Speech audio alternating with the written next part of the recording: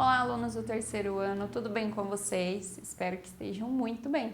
Eu sou a professora Suaine e hoje nós vamos estudar a disciplina de matemática, aula número 98. Esteja sempre com seu material em mãos, caderno, lápis e borracha para fazer as anotações e realizar as atividades quando tiver, ok? Hoje, então, nós vamos estudar sobre a localização com a reta numérica.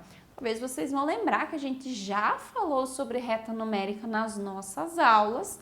Hoje, então, nós vamos falar novamente um pouquinho sobre ela, vamos relembrar e vamos ver mais algumas funções, ok?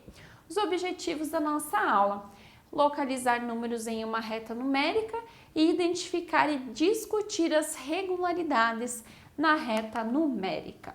Então, estudamos em aulas anteriores já sobre as retas numéricas. Vamos, então, relembrar. A reta numérica é uma reta com números, podendo ser em ordem crescente. Então, da esquerda para a direita será a ordem crescente, então, que será do número menor para o número maior. E em ordem decrescente, da direita, então, para a esquerda, a ordem decrescente do número maior para o número menor. Então, crescente do menor para o maior e do decrescente do maior para o menor. Os intervalos entre os números em uma reta numérica, eles podem ser diferentes, mas essa diferença ela precisa ser a mesma. O que isso quer dizer? Então, eu posso ter uma reta numérica, por exemplo, aqui de 2 em 2, é o intervalo. Eu posso ter uma reta numérica com intervalo de 3 em 3, outra de 4 em 4, mas esse intervalo ele precisa ser o mesmo em toda a reta numérica. Então, se aqui eu comecei com o intervalo de 2 em 2, até o final da minha reta numérica ele precisa ser igual. Então, isso que significa que a diferença entre os números precisa ser a mesma, ok? Então, é importante a gente pensar, lembrar sempre disso. Eu posso ter retas com diferença de 100, de 500, de 1000, de 13, enfim, de qualquer número. Mas essa diferença ela vai ter que ser estável, ela vai ter que estar em toda a reta numérica, ok?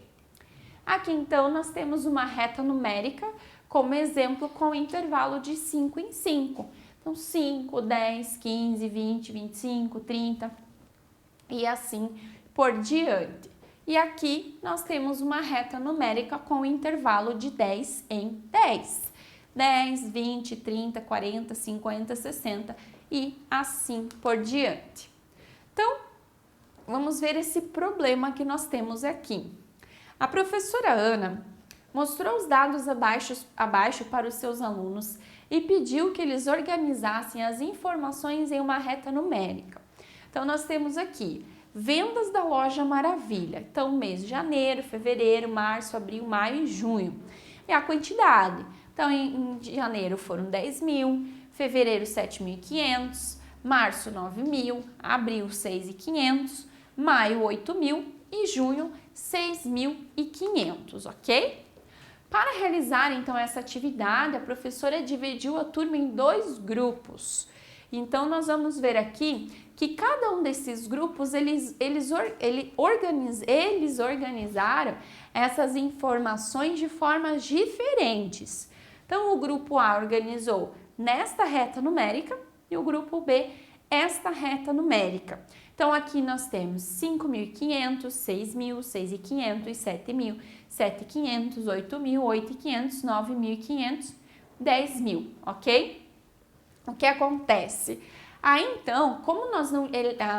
aqui tem os números em que não havia nenhuma venda sobre aquele número, então eles deixaram em branco e colocaram apenas a inicial do mês naquelas quantidades que eles tinham na tabela. O grupo B, então, fez de 1.000 em 1.000, 5.500, 6.500, 7.500, 8.500, 9.500, 10.500 e assim por diante. E também colocaram a primeira letra de cada mês na localização da reta numérica em que haveria, o número que estava representado lá naquela tabela. Então, aqui, por exemplo, em março e maio, que serão números que não estão representados, não estão escritos na reta numérica, eles foram colocados em uma posição aproximada da reta numérica para representar a sua quantidade. O grupo A e o grupo B, então, eles tinham as mesmas informações, mas eles organizaram, então, as suas retas numéricas de formas diferentes. Mas se eles tinham, então, as mesmas informações, por que as retas ficaram diferentes? Elas não teriam que ser iguais se as informações eram as mesmas? Então, se nós observarmos com atenção, nós podemos perceber que o grupo A utilizou o intervalo de 500 em 500 e o grupo B de 1000 em 1000. Então, aqui nós temos 5.500, 6.000, 6.500, 7.000, 7.500, 8.000 e assim por diante. O intervalo entre eles foi de 500 em 500. O grupo B, então, organizou a sua reta numérica com o intervalo de 1000 em 1000. Os valores nas retas numéricas, correspondentes a cada um dos meses, são os mesmos. Aqui, por exemplo, fevereiro está na posição 7.500 no grupo A e também está na posição 7.500 do grupo B. Outro, janeiro está em 10.000 aqui. E aqui, como não estava escrito o número 10.000, porque eles foram fazendo então de 1000 em 1000 a partir dos 5.500, eles colocaram então o mês de janeiro no meio, entre o espaço de 9.500 e 10.500, para então representar que ele valia 10.000. Então, nas retas numéricas, nós temos as informações das vendas organizadas de maneira crescente, ou seja, no mês que tivemos menos até o mês que tivemos mais vendas. Ela não está organizada, por exemplo, na sequência dos meses, janeiro, fevereiro, março, abril. Por quê? Porque a diferença entre os meses é diferente. Então, eu não posso organizar dessa forma, ok? Então, nós podemos saber, observando na reta numérica, qual mês tivemos mais vendas e qual mês teve menos vendas. Quais meses as vendas foram próximas e em quais nós tivemos grandes diferenças. Então, os meses que estão aqui no início da reta numérica, por exemplo, nós sabemos que são os meses em que as vendas foram menores. Agora, quanto mais a reta crescente vai aumentando, então os meses que estão mais no final da reta são os meses com um número maior de vendas. E a gente consegue observar isso apenas utilizando a reta numérica. Então, com a reta numérica, nós podemos encontrar e organizar as informações, assim como as turmas ali tiveram que fazer, lá com a tabela do número de vendas da loja, e também podemos resolver problemas, ok? Como, por exemplo, qual mês teve mais vendas, qual mês foram menos vendas, quais meses tiveram vendas com números aproximados e assim por diante. Nós devemos sempre cuidar para seguirmos a direção correta da reta numérica de acordo com as informações que nós precisamos ou das informações que nós estamos colocando.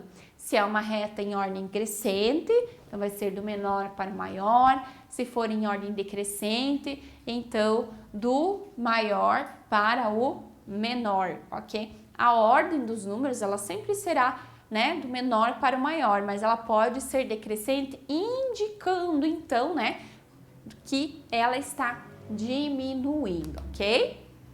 Muito bem, pessoal, espero que vocês tenham gostado da nossa aula de hoje. Nós relembramos então sobre as retas numéricas, a gente já tinha estudado sobre elas anteriormente e hoje, então, aprendemos mais uma função, que é localizar dados, colocar dados em uma reta numérica e também resolver problemas através delas, ok?